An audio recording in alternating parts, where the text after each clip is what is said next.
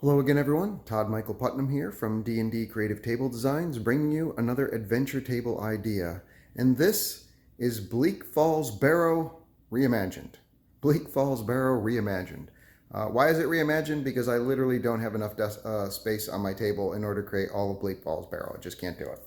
So I just took some of the highlights basically for it. And Bleak Falls Barrow, if you were the person that didn't play Skyrim, because it's a rather popular game, or bought one of the 76 different ports to various platforms, including, I think, NES, Super Nintendo. Bleak Falls Barrow is the opening dungeon, really, the opening real dungeon in Skyrim, a single-player game from Bethesda Studios. It takes place in the far northern realms of a land called Tamriel in the Elder Scrolls series. I'm a huge fan of Skyrim and the Elder Scrolls series, and so I just decided to see if I could do something that would do it a little bit of justice on a reimagined level. So coming in here, I've got some Stormcloak soldiers that are embattled with some wolves, and they're defending a runner that's going across. The Stormcloaks are, of course, defending Skyrim's autonomy from the Empire. And I got these from Mophidius. I think it's Mophidius.net, actually. It might be Mophidius.net or not .org, .com, I mean. But anyways, they make a Call to Arms Skyrim board game that has 32 millimeter, not 28, but 32 millimeter minis, which are close enough to get the job done. So I've got some of those Stormcloak soldiers that are doing battle with some wolves out on the cobblestone trails that run around all of Skyrim. I have some ice wraiths that are floating around here. There weren't actually any ice wraiths directly in front of Bleak Falls Barrows that I remember, but they're pretty persistent throughout the Skyrim game, so I just threw a few of them in there. And then, of course, there's the very iconic archways leading up to Bleak Falls Barrow itself. Bleak Falls Barrow being a Nord set of catacombs or tombs, basically for Nord is basically Viking soldiers. To translate it into more real world type things, the Nords are Viking soldiers. So, and this is a catacombs that house their honored dead. But of course, in front of it, it's always taken up by a bunch of mischievous bandits in the opening areas that are trying to explore the ruins to get some wealth for themselves. Going inside of the ruins, there's the opening section was very damaged, and it looked like it suffered a lot of structural issues. So I just threw a bunch of rubble around and tried to make it right. Didn't have a little dragon in there, but that's okay. I just thought that kind of added to it, since the whole thing about the Skyrim game is the dragons are coming back and you are the dragonborn. So there's some more bandits that are inside of here. Put those in, and then you head down some stairs, and there's the first of a few tombs that you see around, and you have to deal with some skeever, which are basically giant like rats. And they've got some small braziers around that light the way, and there's like a little bit of a maze that I obviously didn't have the table space to replicate exactly. But eventually, one of the more iconic rooms in Bleak Falls Barrow is the first one that has their turning puzzle trap, where you rotate these things around, and you have to match whether it's the eagle or the snake or the whale. And they have to match ones that are up on top of the wall, and then that opens up a gate that's underneath there, or prepares it to be opened up properly when you pull the lever on the floor. There's a lone bandit that's in there about to open the lever. If you let him do it, he'll try and open the lever and lever, and he'll get hit by some poison darts, and that basically lets you know it's a trap and that you've got to solve this puzzle over here. Going through on the other side, when you make it through, there's some stairs down. There's a small treasure chest, I believe, that's there. And then there's some stairs down. And it goes through a lot of other winding things. The next, in my opinion, iconic space that was in there is the spider room, where you go in and there's a big spider and or a few smaller spiders that you have to battle off. And then there's a guy that's trapped in the webs in a doorway that you have to go through him. and he gives you the claw, and the claw has the answer to the riddle that you'll get at the Nord doors, puzzle doors as they are. And so you take care of him. You take care of the big spider. You rescue him. He's a bit of a punk and tries to leave.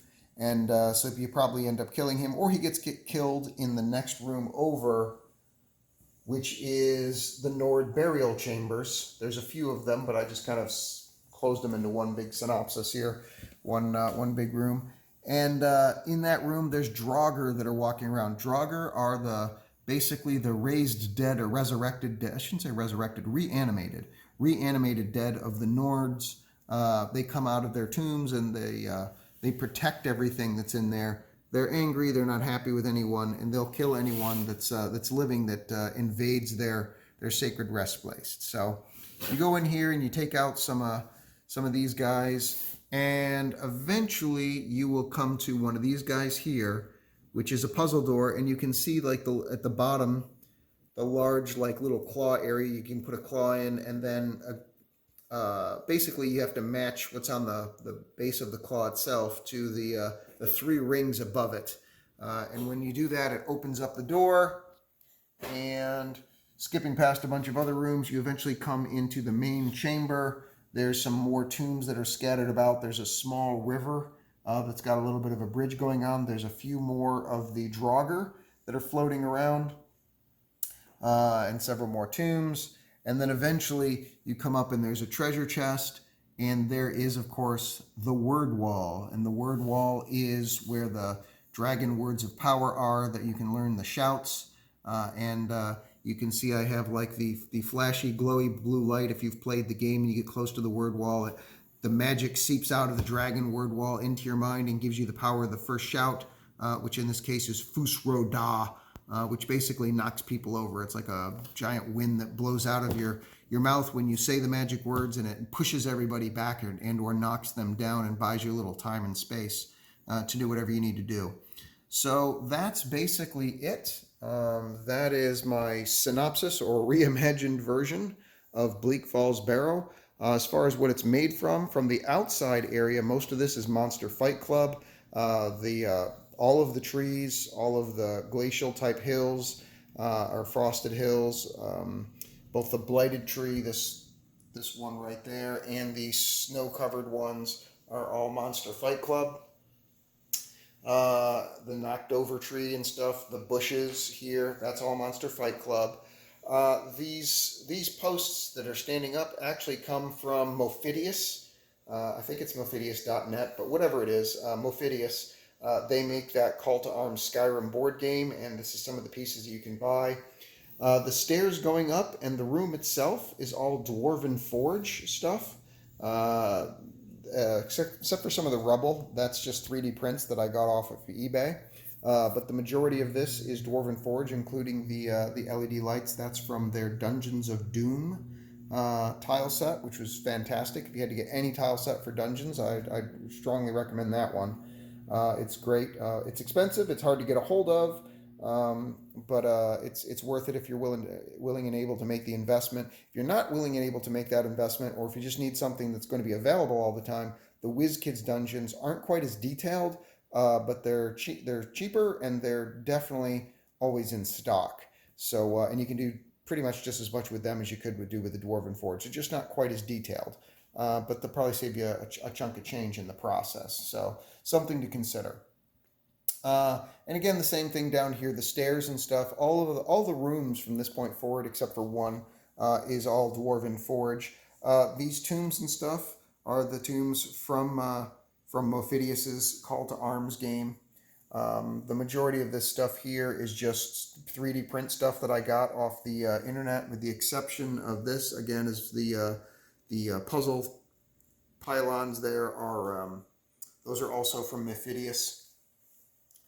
As are the figures. If you look closely, you can see that's an actual dragonborn figure, a frost spider, and I can't think of the guy's name despite the number of times that I've played it. But he's the first guy that you can meet up with and talk to. One of the first two. You chose whether it's Stormcloak or Empire, and he's part of the Empire. I can't remember what his name is off the top of my head. I'm sure somebody will tell me. But anyways, Those are from Mophidius. This room one here is all completely Mophidius stuff. It's from their Skyrim Call to Arms game, including the door, except for these stairs that are either 3D printed or from Dwarven Forge. It's a combination.